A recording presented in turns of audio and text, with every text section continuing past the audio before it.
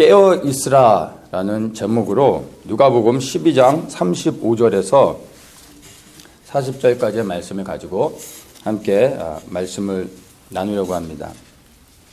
오늘 저희가 나누게 되는 이 본문의 말씀은 2016년을 이제 뒤로 하고 새로운 2017년을 이제 기대하며 맞이하고 살아가는 이 시대 모든 그리스도인들에게 주님께서 주시는 말씀으로 받으시면 좋겠습니다. 이 말씀을 통해서 오늘 깨어있다는 것에 대한 의미와 그리고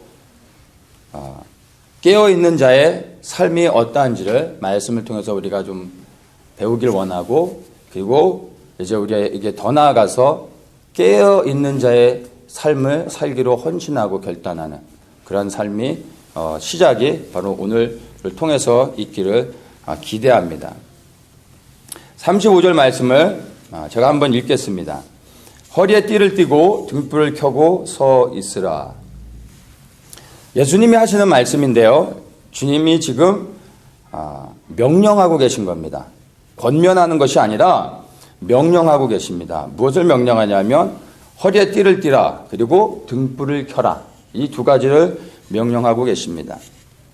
허리에 띠를 띈다는 것은 우리가 역도 선수들 같이 힘쓴 사람들이 이제 무거운 걸 들기 전에 허리에 이제 벨트를 차죠. 그렇게 해야 힘을 쓸 수가 있기 때문에 허리에 이제 띠를 차는 겁니다. 그리고 우리가 어떤 일을 하려고 할 때 허리를 느슨하게 푸는 것이 아니라 오히려 조이죠. 그것이 일하는 사람들의 자세입니다. 또한 이 허리를 띈다라는 의미는 지금 이 본문의 그 배경으로 보면 유대인들은 그 통으로 짠 그 치마 같은 옷을 입고 살았습니다. 그래서 평상시에는 그렇게 생활을 하다가 뭔가 일을 하려고 할 때는 허리에 띠를 찼어요. 왜냐하면 그 옷이 치마같이 돼 있어서 이렇게 너풀거리니까 일을 할 때 방해가 되는 겁니다. 그래서 띠를 차면 이제 허리가 조여지고 옷이 번거롭게 하지 않게 되는 것이죠. 그래서 특별히 주인을 섬기는 종들이 주인의 수종을 들 때는 반드시 허리에 띠를 둘렀습니다. 그것이 일하는 자의 태도였던 것입니다. 그래서 이 허리에 띠를 띠라는 것은 바로 우리 그리스도인들에게는 일하는 자의 그 태도를 요구하고 계신 것이며, 실제적으로 또한 그렇게 섬기는 어떤 사역을 우리에게 말씀해주고 있다라고 우리가 해석할 수 있습니다. 등불은 뭘까요? 등불을 켠다라는 것. 일단은 이 등불을 켜라고 말씀하시는 걸 통해서 알 수 있는 것은 밤이라는 것입니다. 밝은 대낮에 등불을 켜지는 않겠죠. 그러니까 지금 등불을 켜라라고 말씀하시고 있다는 것은 지금 우리의 시대가, 우리가 살고 있는 이 시대가 어두운 밤이라는 것을 우리에게 말씀해 주고 있는 것입니다. 일할 준비가 돼 있다 할지라도, 허리에 띠를 띠고 이제 주님을 섬길 준비가 돼 있다 할지라도 한밤중에 보이지 않으면 일을 할 수가 없는 것입니다. 우리의 열정과 헌신만으로 되는 것이 아니라 보여야 되는 겁니다. 빛이 비춰져서 보여질 때 그때 비로소 주님을 섬길 수 있게 되는 것입니다. 그래서 등불을 준비하는 것은 굉장히 중요합니다. 특별히 오늘날 바로 우리가 살아가고 있는 이 시대는 등불을 준비하는 게 너무 중요하죠. 과거의 시대는 허리에 띠를 띠고 열심과 성실함으로 주님을 섬길 수 있었을 때가 있었습니다. 근데 지금 우리가 살아가고 있는 시대, 주님을 섬기기 위해서는 허리에 띠를 띠는 것만으로는 부족합니다. 등불을 밝혀야 됩니다. 그래야 주님을 온전히 섬길 수 있습니다. 이 등불에 대한 것을 조금 더 우리가 좀 구체적으로 좀 볼 필요가 있습니다. 불을 밝히는 것뿐만이 아니라 이 등불이 무엇인지를 구체적으로 좀 알 때 우리가 바르게 준비될 수 있습니다. 시편 119편에 뭐라고 했냐면 주의 말씀은 내 발의 등이요 내 길의 빛이니이다. 우리가 다 아는 말씀이죠. 꼭 이 등불이라 함은 그 하나님의 말씀을 의미하는 것인데 하나님의 말씀을 준비하는 것. 우리가 다 이해할 수 있는 부분이지만 그것만으로는 조금 부족할 수 있습니다. 하나님의 말씀을 어떻게 그러면 비추고 준비해야 되는가. 이것을 등불이라는 단어의 그 의미를 우리가 살펴볼 때 우리에게 이 등불을 준비하라는 것이 무슨 말씀인지를 우리가 발견할 수 있습니다. 이 등불이라는 헬라어는 루크나스라는 단어를 씁니다. 말 그대로 램프, 캔들 이러한 의미입니다. 근데 이 루크나스라는 단어가 루카스라는 단어에서 파생이 되어졌습니다. 근데 이 루카스라는 이 어원을 우리가 살펴볼 때 등불이 갖고 있는 의미를 우리가 발견할 수 있습니다. 이 루카스라는 말은 light, bright, brilliant. 그러니까 비추는, 빛나는, 밝게 비추는 이런 일반적인 의미로 우리가 다 알고 있습니다. 그런데 또 다른 하나의 굉장히 중요한 의미가 있습니다. 이게 뭐냐면 white garment. 그러니까 흰 예복을 얘기하는 것이죠. 이 흰 예복에 대해서 뭐라고 설명하고 있냐면 as the sign of innocence and purity of the soul. 그러니까 영혼의 흠이 없고 순결한 어떤 표시, 바로 그것을 흰 예복이라고 설명해주고 있는 것입니다. 그러니까 이것을 계시록 19장의 말씀하고 우리가 매치해서 볼 수가 있습니다. 계시록 19장 8절에 보면 그에게 허락하사 빛나고 깨끗한 세마포를 입게 하셨은즉 이 세마포는 성도들의 옳은 행실이로다 말하고 있습니다. 여기서 이 그라고 말하는 것은 어린 양의 신부를 이야기하는 것입니다. 그 어린 양의 신부는 세마포, 흰 예복을 입어야 되는 것입니다. 그럴 때 비로소 어린 양, 우리 그리스도의 신부가 되어져서 그 혼인잔치에 참여할 수 있게 되는 것입니다. 이것이 우리에게 소망이 되는 것이죠. 근데 바로 이 흰 예복을 준비하는 것, 이 세마포가 바로 등불이라는 의미로 우리가 이해할 수 있는 것입니다.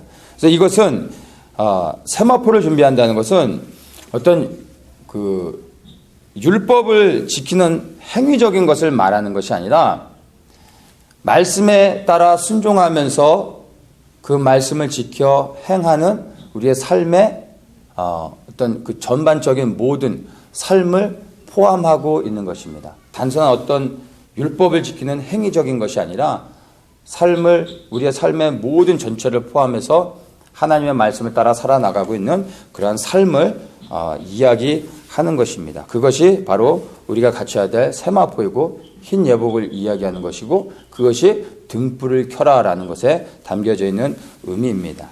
그래서 띠를 띈다는 것은 주님을 실제적으로 우리의 삶의 현장에서 섬기는 것으로 우리가 이해를 할 수 있다면 등불을 켜고 서 있다라는 것은 하나님과의 아주 친밀한 관계를 우리가 그렇게 이해를 하면 되겠습니다. 그래서 주님이 우리에게 명하고 계시고 또 우리가 주님 앞에 바르게 나가기 위해서는 균형을 맞춰야 됩니다. 띠를 띠는 것과 등불을 준비하는 것, 이것이 밸런스가 맞아야 됩니다. 오늘날 교회 안에서 섬기는 많은 사람들이 가지고 있는 문제가 한쪽으로 치우치는 겁니다. 주님을 섬기는 것은 열심히 특심이에요. 그래서 정말 교회에서 잘 섬기시는 분들이 있어요. 근데 안타깝게 많은 경우 그렇게 열심히 섬기는 분들을 일반적으로 교회에서는 격려하고 축복합니다. 그게 다예요. 근데 주님을 충성스럽게 섬기는 사역으로 주님을 섬기는 것도 중요하지만 오늘 이 본문에서 우리에게 요구하고 있는 것은 등불을 준비하라는 것입니다. 이것이 같이 가야 되는 것입니다. 내가 주님을 섬기고 있는 것이 하나님과의 관계를 보장하는 것은 아닙니다. 내가 주님을 섬기고 있는 그러한 일들로 인해서 사람들에게 칭찬을 받는다 할지라도 그게 주님의 칭찬이 아닐 수도 있습니다. 사람을 통해서 우리를 격려하시기도 하지만 모든 사람의 칭찬이 주님이 우리를 격려하시는 것은 아니라는 것입니다. 그래서 띠를 띠는 것만으로는 부족합니다. 주님을 열심히 섬기는 것만으로는 부족하고 등불을 준비하는 것, 하나님과의 올바른 관계를 가져야 됩니다. 근데 또 한편으로는 섬기는 것은 전혀 없는데 그냥 주님만 찾고 주님과의 관계만을 집중하시는 분들도 있습니다. 너무나 귀한 것이지만 그것은 하나님의 빛, 내 안에 담아서 그 빛은 반드시 위로 들려져서 비춰져야 됩니다. 그 빛이 비춰질 때 빛을 찾는 자들이 나올 수 있게 되는 것입니다. 우리가 빛이 되는 게 아니라 빛을 반사하는 것이 되죠. 그래서 우리를 통해 비춰지는 그 빛을 통해 수많은 자들이 주님께 돌아오게 되는 것입니다. 그래서 이것이 빛의 의미고 등불의 의미인 것입니다. 그런데 하나님과의 관계만을 집중하는데 안타깝게 그 빛이 내 안에서 드러나지 못하는 거예요. 다른 사람들이 볼 수 없게 되는 거예요. 내 안에 정말 하나님이 계시고 하나님과의 온전한 관계 안에서 내가 주님을 경험하고 있다면 반드시 주님을 섬길 수밖에 없습니다. 섬기는 데까지 나아가고 주님의 생명의 빛을 갖고 있으면 그 빛은 드러나게 되어 있습니다. 비춰지게 되어 있습니다. 그런데 내가 주님과의 온전한 관계를 갖고 있고 매일 주님과 친밀한 교제 안에 들어간다고 하면서 그 빛이 다른 사람들이 볼 수 없다면 무엇인가 문제가 있다라는 것입니다. 그래서 우리는 띠를 띠는 것과 등불을 준비하는 것, 이 두 가지를 이 시대에 우리가 균형을 맞추면서 다 같이 준비해야 되는 것입니다. 바로 그러한 축복이 모든 분들에게 있기를 축원합니다. 자, 36절의 말씀을 보겠습니다. 너희는 마치 그 주인이 혼인집에서 돌아와 문을 두드리면 곧 열어주려고 기다리는 사람과 같이 되라. 자, 여기 보면은 왜 띠를 띠고 등불을 켜고 있어야 되는지에 대해서 설명해 주고 있습니다. 왜 그러냐면 주인이 혼인잔치를 끝내고 이제 집으로 돌아오고 계시다라는 것입니다. 바로 그것 때문에 종이 나가서 주인을 맞이하라는 것입니다. 주인의 귀환을 위해 종이 나가서 띠를 띠고 등불을 준비해야 된다라는 것을 우리에게 설명해 주고 있는 것입니다. 유대인들은 안타깝게 아직까지도 그들을 구원할 메시아를 기다리고 있습니다. 근데 우리 그리스도인들은 구원자인 메시아, 그분을 기다리는 것이 아니라 이미 구원하신 우리의 메시아 되신 예수 그리스도께서 왕의 권세를 가지고 돌아오시는 것을 기다리는 것입니다. 유대는 여전히 그들을 구원해 주셨음에도 불구하고 그들을 구원할 분을 기다리고 있어요. 그러나 우리는 이미 구원하신 예수 그리스도, 그러나 다시 오실 때는 구원자가 아니요 아버지로부터 열방을 통치하시는 권세와 능력을 가지고 왕으로서 오시는 그분을, 통치자를 기다리는 것입니다. 그래서 우리 그리스도인들의 신앙은 구원의 단계에서 머물러 있으면 안 돼요. 이 구원의 단계를 넘어 부활의 소망을 가지고 이제 다시 오실 통치자 예수 그리스도를 기다려야 되는 것입니다. 이것이 바로 지금 36절에서 혼인집에서 돌아오는 주인을 맞이하는 종의 태도여야 된다라는 것입니다. 구원받은 자가 주님의 다시 오심을 소망하지 못한다면 하늘의 생명을 가지고 안타깝게 땅의 것들을 위해 살아갈 수밖에 없게 되는 것입니다. 주님께서 우리를 구원하신 이유는 이 땅에 소망을 두고 살아가게 하기 위한 것이 아니라 주신 생명을 통해서 이제 영원히 살게 될 천국의 소망을 두고 이 땅에서는 그분을 충성스럽게 섬기게 하기 위해서 우리에게 생명을 주셨다는 것입니다. 근데 우리는 하늘의 생명을 받아가지고 이 땅의 것들을 위해서 살아가고 있다면 그것처럼 구원받아 놓고서 땅의 것에 치우쳐서 그것만을 바라보고 살아가는 것처럼 안타까운 것이 어디 있겠습니까? 우리는 기억해야 됩니다. 구원받은 자는 이제 이 땅을 바라보는 것이 아니라 고개를 들어 하나님의 나라가 이 땅에 임하고 있음을 발견할 수 있어야 되고 그것을 믿을 수 있어야 됩니다. 그리고 그 나라를 위해 살아가게 되는 것입니다. 그런 사람들이 진정으로 우리의 왕 되신 예수 그리스도의 귀환을 소망하고 기다리고 살아가는 사람들이 되는 것입니다.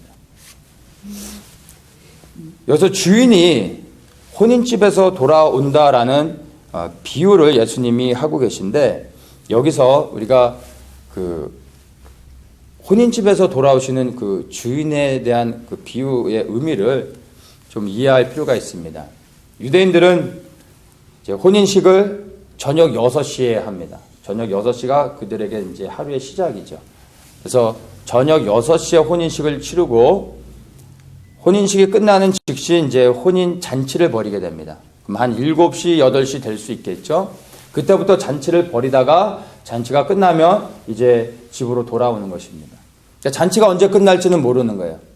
흥이 나서 즐거우면 늦게까지 있을 수 있고, 그렇지 않으면 좀 더 일찍 올 수도 있습니다. 그런데 우리가 보는 이 본문에서 이 혼인잔치가 언제 끝나는지를 우리에게 이렇게 힌트를 주고 있습니다. 35절에 보면 등불을 켜고 기다리라고 말하고 있어요. 그리고 37절에 보면 깨어있으라 라고 말하고 있습니다. 그리고 38절에 2경이나 3경에 이르러서 라는 말씀하십니다. 그러니까 2경과 3경은 뭐죠? 2경이라 하면 저녁 9시서부터 자정까지를 얘기합니다.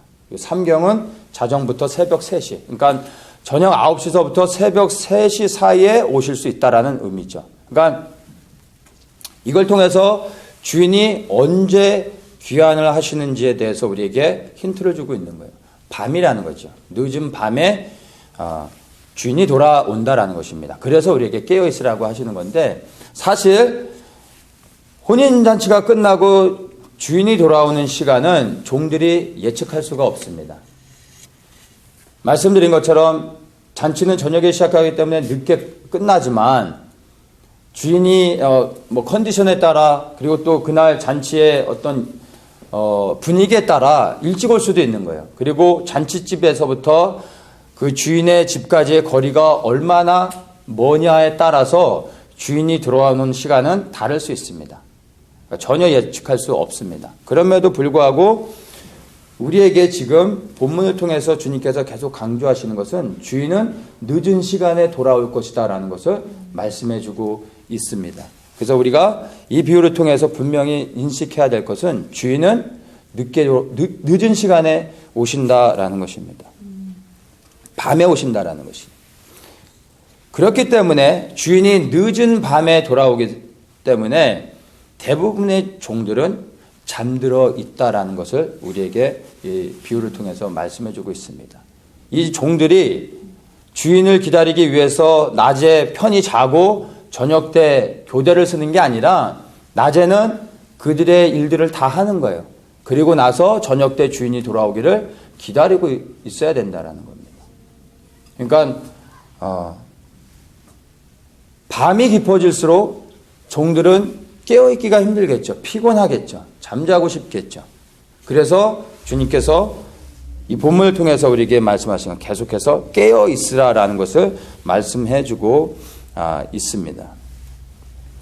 37절에 보면 깨어있다는 것이 얼마나 큰 축복인지에 대해서 우리에게 말해주고 있습니다. 주인이 와서 깨어있는 것을 보면 그 종들은 복이 있으리로다. 내가 진실로 너에게 이르노니 주인이 띠를 띠고 그 종들을 자리에 앉히고 나와 수종하리라. 와, 여기서 이 내용을 그대로 보면 예수님이 거짓말 하시는 건 아니실 테니까, 주인이 늦은 시간에 귀가를 하셨는데 종이 깨어서 허리에 띠를 띠고 등불을 들고 주인을 맞이해서 문을 열어주게 되면 그 주인이 종을 수종들겠다라고 말씀하고 있습니다. 이거 엄청난 충격적인, 파격적인 대우인 것입니다. 여기서 수종둔다라는 의미는 식사 때 섬겨준다는 말이거든요. 유대인의 식사 관습은 이렇게 주인이 비스듬하게 누워 있습니다. 한쪽 팔을 기대고 비스듬하게 누워 있으면 테이블에 이제 음식들이 쫙 있습니다. 그러면 가까운 건 이렇게 손으로 집어서 먹을 수 있지만 예를 들면 포도송이를 하나 먹으려고 하는데 비스듬히 누워 있는 상태에서 포도송이를 이제 하나 딱 먹으려고 하면 일어나야 되겠죠. 두 손을 써야 돼. 하나는 뜯어야 되니까. 근데 계속 비스듬히 누워 있는 거예요. 그리고 손가락을 딱 가리키면 종이 와가지고 포도송이를 하나 띄워가지고 주인의 손에 딱 주는 거예요. 그러면 주인은 누운 상태에서 이렇게 먹는 거죠. 그리고 또 이제 먹고 싶은 거를 가리켜요. 그러면 종이 주인이 이제 원하는 음식들을 픽업해가지고 주인한테 드리는 거예요. 물 갖고 와봐. 물을 딱 드리는데 아니 그거 말고 오렌지 주스. 그러면 이렇게 이게 수종을 드는 거예요. 자, 그런데 이거는 종이 주인을 섬기는 것은 전혀 문제가 없지요. 우리가 봐도 이상한 게 아니에요. 그런데 이제 상상을 해보는 거예요. 주인이 종을 섬긴다고 얘기하고 계세요. 그러니까 종이 비스듬하게 누워 있고 이제 주인이 띠를 띠고 허리를 굽신거리면서 종을 섬긴다라고 생각을 해보세요. 그리고 종이 이제 명령하는 거야. 김치 한 조각 갖고 와봐. 딱 갖고 왔는데 너무 반 찢어. 이렇게 얘기해 보세요 한번. 그러면 상상이 안 되는 거죠. 주인이 종을 그렇게 섬겨주겠다라는 이런 파격적인 대우를 해주고 계십니다. 이 비유를 통해서 우리가 분명히 알아야 되는 게 뭐냐면 주인이 늦은 시간에 귀가할 때 띠를 띠고 등불을 들고 주인을 기다리는 종이 극히 적다라는 것입니다.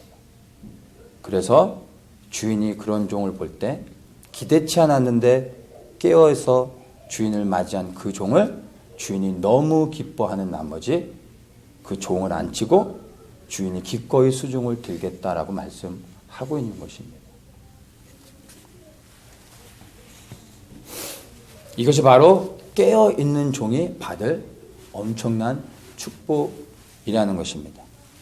우리는 복하면은 현세적인 복만을 생각하는 경우가 많습니다. 예수를 믿으면서도 세상 사람들이 구하는 것과 별반 다르지 않게 구하는 경우들이 많이 있습니다. 그냥 이 땅에서 예수 믿고 좀 행복했으면 좋겠고 잘 살았으면 좋겠고 뭐 넘버원 그 부자는 아니지만 또 부족함 없이 살기를 원합니다. 그것이 잘못된 것은 아니죠. 그런데 우리도 모르는 사이에 믿는 자들의 삶이 그것이 전부가 되어버린다는 거예요. 그런데 주님께서 우리에게 약속하신 복은요, 그런 게 아닙니다. 복음서를 쫙 보세요.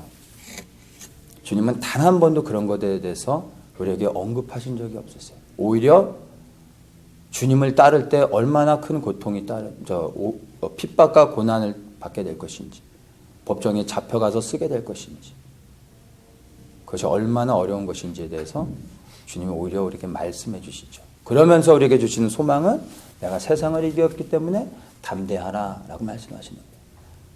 주님은 단 한 번도 이 땅에서 예수를 믿을 때 우리가 복을 받을 것이다, 이 현세적인 복에 대해서 언급하지 않으셨다라는 것입니다. 그리고 오늘 이 본문의 비유를 통해서도 우리에게 분명히 말씀하시는 게 무슨 복이에요? 현세의 복이 아니라 내세 받을 복을 말씀하고 있습니다. 깨어있는 종이 받을 복, 이것을 시간의 동선에서 잘 보면요, 언제 받는 것이냐면 띠를 띠고 등불을 들고 밤이 새도록 주인이 오실 때까지 기다려야 돼요. 주인이 왔을 때 그렇게 하고 있는 것을 보며 주인의 칭찬을 받고 주인이 섬겨주는 것입니다. 주인이 다시 돌아온다는 것, 무엇이죠? 예수님이 이 땅에 다시 돌아오실 때 세상의 역사는 끝나게 되는 것입니다. 세상의 마지막 날, 우리의 인생의 끝, 거기에서 우리에게 약속해 주고 있는 복인 것입니다. 그래서 이 땅에서 받는 복을 언급하지 않고 있습니다. 근데 이러한 복을 받기 위해서, 주인이신 예수님이 우리를 섬겨주시는 이 파격적인 복을 받기 위해서는요, 이 땅에서 깨어있어 주님을 기다려야 된다라는 것입니다. 그래야 복을 받을 수 있게 되는 것입니다. 말씀드린 것처럼 깨어있는 종이 얼마나 적고 끝까지 기다려 주인을 맞이하는 종이 적으면 주인이 정말 너무나 기뻐한 나머지 종을 그렇게 수종들며 섬겨주시겠다고 말씀하셨겠습니까?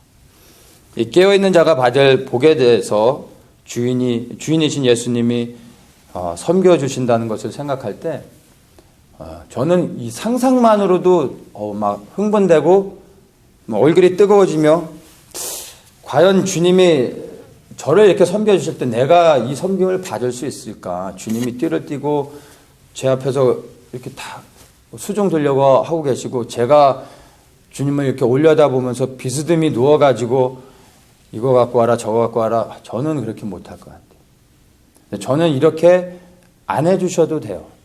그냥 이런 말씀으로 해주시는 것만으로도 너무나 큰 행복이고 흥분입니다. 침례 요한이 그런 얘기를 했습니다.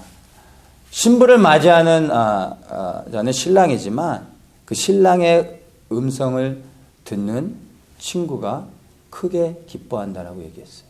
그리고 내게는 그러한 기쁨이 크다라고 말하고 있어요. 제게도 이 동일한 고백이 나옵니다.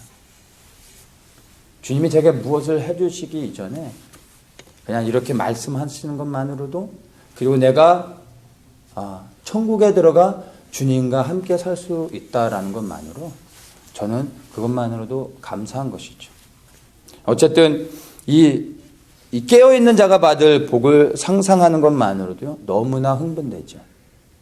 정말 이런 날이 오기를 소망하는 것이죠. 그런데 그 복을 받기 위해서는요, 이 땅에서 우리에게 요구되어지는 삶이 있다라는 것입니다. 그냥 주어지는 게 아니라 반드시 우리에게 요구되어지는 것. 무엇입니까? 띠를 띄어야 돼. 등불을 준비해야 돼. 그 등불이 꺼지지 않도록 기름을 계속 공급해야 돼. 그리고 깨어 서 있어야 되는 것입니다. 잠들면 안 되는 거예요. 언제까지요? 주님이 다시 오실 때까지. 주인이 귀환하실 때까지. 그렇게 주인을 끝까지 기다려 맞이하여 문을 열어주는 그 종이 받게 되는 복인 것입니다. 그러한 복을 받기 원하십니까? 그런 축복들을 받는 모든 분들 되시기를 원합니다. 그래서 정말로 우리가 예수님을 믿으면서 주님이 다시 오시는 것을 진정으로 소망하고 살아가는 사람들이라면요,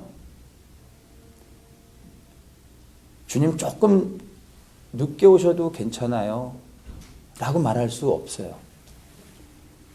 정말 주님을 기다리고 이 본문에서처럼 허리에 띠를 띠고 등불을 들고 서 있는 사람들이라면 유일한 소망이 뭔지 아세요? 주인이 빨리 오는 거예요. 왜냐하면 허리에 띠를 꽉 조였잖아요. 열심히 일하기 위해. 시간이 지나면 이제 허리가 아파요. 풀고 싶어요. 등불을 준비했는데 등불에 기름은 타들어가고 있어요. 서 있는데 발이 아파지기 시작하는 거예요. 밤이 깊어질수록 눈꺼풀은 점점 무거워지기 시작하는 거예요. 자고 싶어요. 들어갔다 나오고 싶어요. 그런데도 기다려야 되는 거예요. 그래서 정말로 주님을 소망하며 다시 오실 주님을 간절히 기다리고 있는 사람들은요, 다른 게 없어요. 빨리 오시는 것 외에는 다른 걸 구하지 않는 거예요. 그것이 소망이 되는 거고, 그러한 삶을 사는 자들이 바로 주님이 약속하신 이러한 놀라운 축복을 받을 수 있다라는 것입니다. 이 땅을 살아가는 우리 모든 그리스도인들이, 구원받은 우리 그리스도인들이 이제 우리가 가져야 될 소망은요, 주님이 속히 오시는 것입니다. 이러한 축복, 이러한 정말로 간절한 소망이 우리 안에 있기를, 그리고 그것이 유일한 소망이 되기를 축복합니다. 39절에 보면 이렇게 말합니다. 너희도 아는 바니 집주인이 만일 도적이 어느 때에 이를 줄을 알았다면 그 집을 뚫지 못하게 하였으리라. 자, 이 구절은요, 비유 안에 포함되어 있는 또 다른 비유인데요, 전체 우리가 보고 있는 이 본문의 그 비유의 말씀을 이렇게 강조해 주고 있는, 또 우리에게 경각심을 주고 있는 구절로 우리가 받아들이면 됩니다. 집주인이 도둑이 언제 온지를 안다면 그때 깨어서 준비하고 있다 도둑을 잡을 수 있다라는 거예요. 근데 문제가 뭐냐 하면 도둑이 언제 오는지를 아무도 모른다는 것이죠. 그래서 유일한 도둑을 잡을 수 있는, 막을 수 있는 방법은 깨어 있는 거예요. 언제 온지 모르기 때문에 항시 깨어 있어야 도둑을 잡을 수 있다는 것입니다. 그래서 우리에게 깨어 있으라라고 말씀하고 계신 주님의 이 명령은 다시 얘기해서 도둑이 언제 올지는 모르기 때문에 늘 우리가 예비되어 있어야 된다는 걸 말씀하고 계신 것입니다. 40절의 이 말씀이 우리가 보고 있는 이 전체적인 본문의 내용들을 다시 함축적으로 잘 설명해 주고 있습니다. 이러므로 너희도 예비하고 있으라. 생각지 않은 때에 인자가 오리라 하시니라. 우리가 깨어 있어야 할 이유는 주인이 언제 돌아올지 모르기 때문에 깨어 있어야 된다는 것을 40절에서 결론적으로 우리에게 말씀해 주고 있습니다. 이 시대에 깨어 있다라는 것은 정말로 중요한 것입니다. 깨어 있다라는 것을 그냥 피상적으로 이해해서는 안 되고, 오늘의 이 본문을 통해서 우리가 발견하는 것이 무엇입니까? 첫째, 띠를 띄어야 됩니다. 막연히 그냥 깨어있다는 것이 그냥 잠 안 자는 게 아니라 띠를 띈다는 게 뭐죠? 주님을 섬겨야 된다는 거예요. 우리의 삶의 현장에서 주님을 섬기는 것입니다. 그것이 깨어있는 자의 삶이라는 거예요. 그것이 띠를 띠는 것으로 우리에게 설명해 주고 있는 것입니다. 또한 등불을 켜라고 말씀하고 있어요. 등불을 켜는 게 무엇입니까? 깨어서 주님을 기다리는 자는 주님과의 관계를 바르게 하는 것입니다. 의의 세마포를 입고 있는 것입니다. 매일의 삶 속에서 거룩과 정결한 가운데 주님 앞에 나아가고 있다라는 것입니다. 그래서 우리의 어린 양 예수 그리스도의 신부가 되는데 부족함이 없는 온전한 세마포를 입고 있어야 된다라는 것입니다.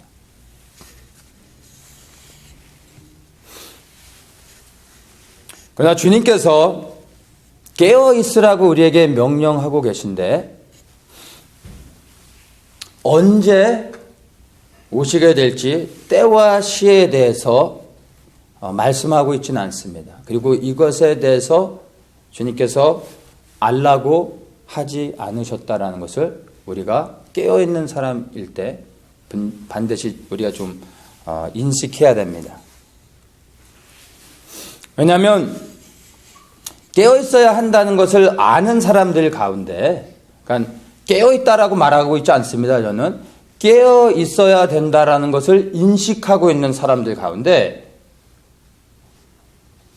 주인이 언제 오는지를 알기 위해 때와 시를 계산하고 알려고 하는 사람들이 있다라는 것입니다.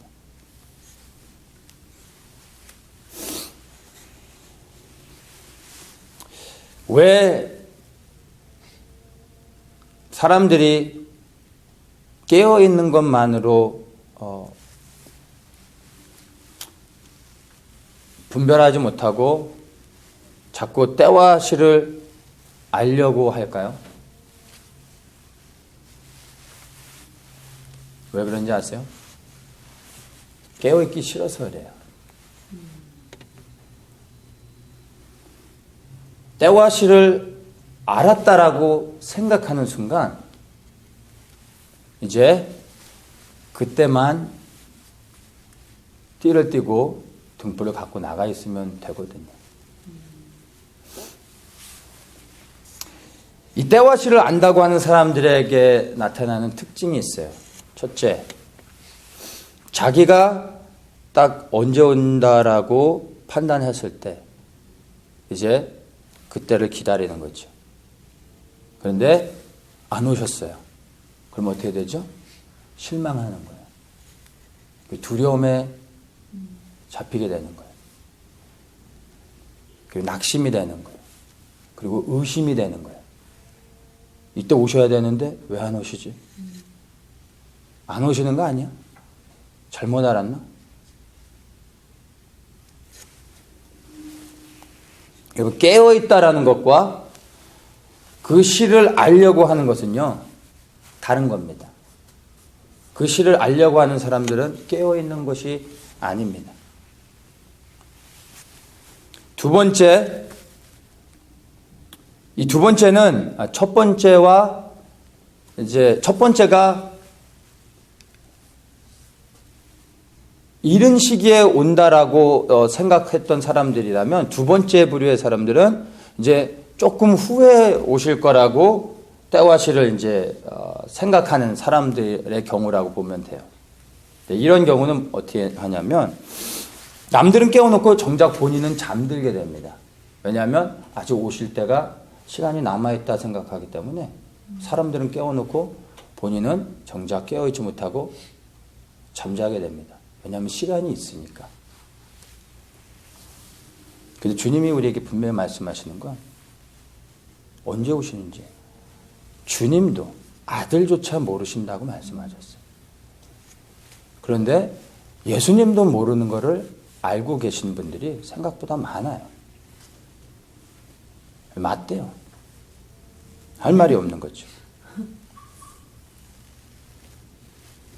그래서 우리에게 주님께서 깨어있으라고 명령을 하시면서 때와 시에 대해서는 전혀 언급하지 않으신 것이 우리를 약올리기 위해서가 아니라 이게 바로 이 시대를 살아가고 있는 우리 그리스도인들에게 주시는 예수님의 지혜인 것입니다. 축복인 것입니다. 알지 못하기 때문에 깨어있는 것 외에는 방법이 없는 거예요. 그렇게 깨어있을 때 부지불식간에 귀가하시는 주인을 맞이했을 때 주인이 기뻐하시는 거예요. 그리고 우리의 수중을 드시는 겁니다. 예전에 제가 주기철 목사님의 그 설교집을 이렇게 읽은 적이 있는데 그 설교집 중에 주의 재림이라는 타이틀로 설교를 하셨던 게 있어요. 그래서 제가 눈에 들어오더라고요. 그래서 그 설교를 제가 읽어봤는데 1937년도에 한 설교세요. 1937년도 한번 생각해 보세요. 우리가 그때 안 태어나서 감이 안 잡히죠. 1937년도에 주의 재림이라는 제목으로 주기철 목사님이 설교를 하셨어요. 우리가 다 알죠. 주기철 목사님 일사가구의 신앙으로 신사참배를 거부하며 옥에서 순교하신 분이에요. 근데 이분이 주의 재림이라는 제목으로 설교를 하셨어요. 근데 그 짧은 설교 본문이지만 그거를 읽어보면요, 놀라워요. 그분은 본인이 살아있을 때 주님이 오신다라고 믿었어요. 그 짧은 설교 안에서 말씀하고 있는 게 성도들에게 아주 엄히 경고를 시킵니다. 경고하시면서 하신 말씀이 주님이 언제 오실지 모른다. 지금 우리가 살고 있는 이 시대를 봐라. 그러니까 1937년도를 얘기하는 거예요. 그러면서 그 시대상에 일어나고 있는 많은 어떤 부조리한 사건들 이런 것들을 언급하시면서 주님이 오실 날이 얼마 안 남았다. 깨어 있어야 된다. 라고 말씀하고 계세요. 그게 틀린 겁니까? 아니, 저는 맞다라고 생각합니다. 바로 주님이 오시는 것이 얼마나 임박해 있는지를 인식하며 살아가고 계셨기 때문에 많은 그리스도인들이 신사참배하며 우상을 섬기고 하나님을 떠날 때 이분은 일사가구의 신앙으로 끝까지 믿음을 지킬 수 있었던 것이 아닌가 저는 생각합니다. 주님이 오실 날이 속히 얼마나 임박해 있는데 내가 지금 어찌 신사참배하며 우상 앞에 절할 수 있는가. 바로 이분이 주의 재림을 사모하고 사셨기 때문에 그러한 고난 가운데서 끝까지 믿음을 지킬 수 있지 않았나 생각하게 되는 것입니다. 그런데 성경 속에 또 다른 인물이 동일한 신앙으로 살았습니다. 그것이 사도 바울이에요. 데살로니가서를 보면요, 사도 바울이 조금도 의심 없이 성도들에게 말합니다. 주의 재림이 속히 이루어질 것이다. 자신 있게 말합니다. 위대한 사도 바울조차 자기가 살아있는 이 시대에 예수님이 다시 오실 것을 조금도 의심하지 않았던, 속히 이루어질로 믿었다라는 것입니다. 그가 틀렸습니까? 아니요. 그의 그러한 주의 재림에 대한 소망을 갖고 살아가는 그 믿음 때문에 그가 모든 핍박과 고난과 그 고독과 외로움 가운데서도 끝까지 믿음의 경주를 마치고 생명을 주님 앞에 드릴 수 있었지 않았나 생각하게 되는 것입니다. 저는 여러분들에게 분명하게 말씀드릴 수 있습니다. 그분들이 하셨던 말씀들을 반복하는 게 아니라 정말로 우리 시대에 우리가 살아가고 있는 이 시대에 주님이 오십니다. 자신 있게 말씀드릴 수 있습니다. 그리고 이것을 깨닫고 믿는 것이 우리에게 너무나 큰 복입니다. 주기철 목사님과 같이 사도 바울과 같이 우리의 삶의 현장에서 비록 우리가 고난과 어려움이 있을지라도 해석되지 않은 인생의 어떤 문제들이 있을지라도 그것으로 염려하거나 낙심하지 않고 우리가 고개를 들어 곧 오실 주님을 소망하며 살아갈 수 있다는 것입니다. 왜냐하면 주의 재림을 소망하며 살아가는 자들은 이 땅에서 받는 고난과 어려움들을 해석하며 왜 내게 이런 문제가 생기는가, 어떻게 하면 이것을 극복할 수 있는가 라는 것보다 내가 이 가운데서도 어떻게 주님이 오실 때 나의 믿음을 준비하며 주님을 끝까지 생명대로 섬길 것인가를 생각하며 살아갈 수 있다는 것입니다. 주님이 오신다는 이 절박한 그 믿음이 아니고서는 고난과 어려움을 이겨나갈 수 없는 그러한 시대에 우리가 살고 있다는 것입니다. 그래서 주님의 재림이 임박해 있음을 알고 그 주님의 재림을 소망하며 살아가는 사람들은요, 깨어있을 수밖에 없습니다. 세상으로부터 우리를 구별되어지게 하는 것입니다. 세상은 점점 어두워지고 있습니다. 밝아지지 않을 것입니다.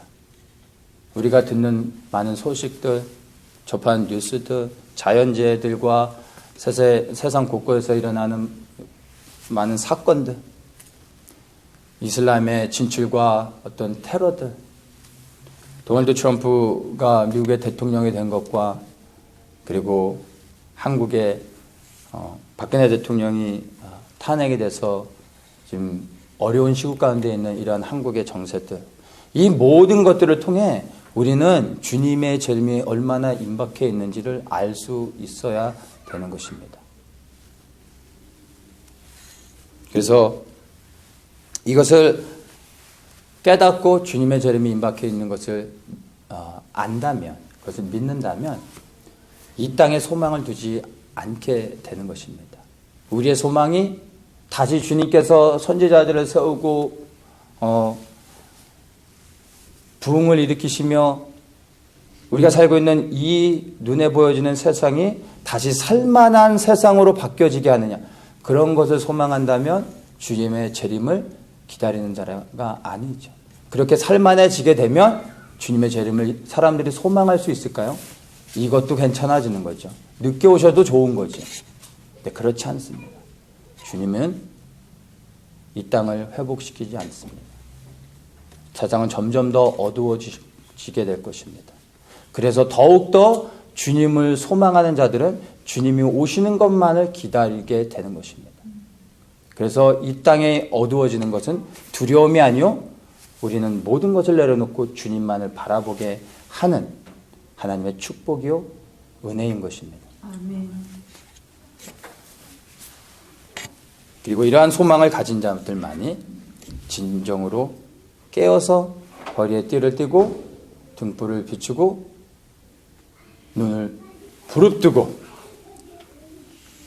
우리의 주인이 언제 오시나 저 먼 곳을 바라보게 되는 것입니다. 길을 가다가도 밝은 하늘을 보면서 주님이 오시려고 이렇게 밝나? 엊그제처럼 이렇게 비가 막 쏟아부을 때 주님이 곧 오시려고 이 땅에 준비되지 않은 많은 영혼들 때문에 속상해서 오시나? 이 모든 것들을 하나하나의 우리의 삶의 이 평범한 일상을 통해서 순간순간 우리가 주님께로 향하며 주님께 묻는 거예요. 주님이 오실 날이 속히 임박해 있음을 생각하며 주님이 주시는 음성이 아닌가 주님이 내게 말씀하고 있지 않은가를 분별하게 되는 것입니다. 그렇게 매일의 삶 속에서 주님이 다시 오시는 것을 소망하며 살아가는 자들이 끝내는 주인의 수종을 받으며 영광 가운데 하나님 나라에서 살게 될 것입니다. 그러한 소망이 우리 모두에게, 그리고 끊임없이 정말로 끝까지 믿음을 지키며 주님 오신 날까지 세워지기를 예수님의 이름으로 축복합니다. 아멘.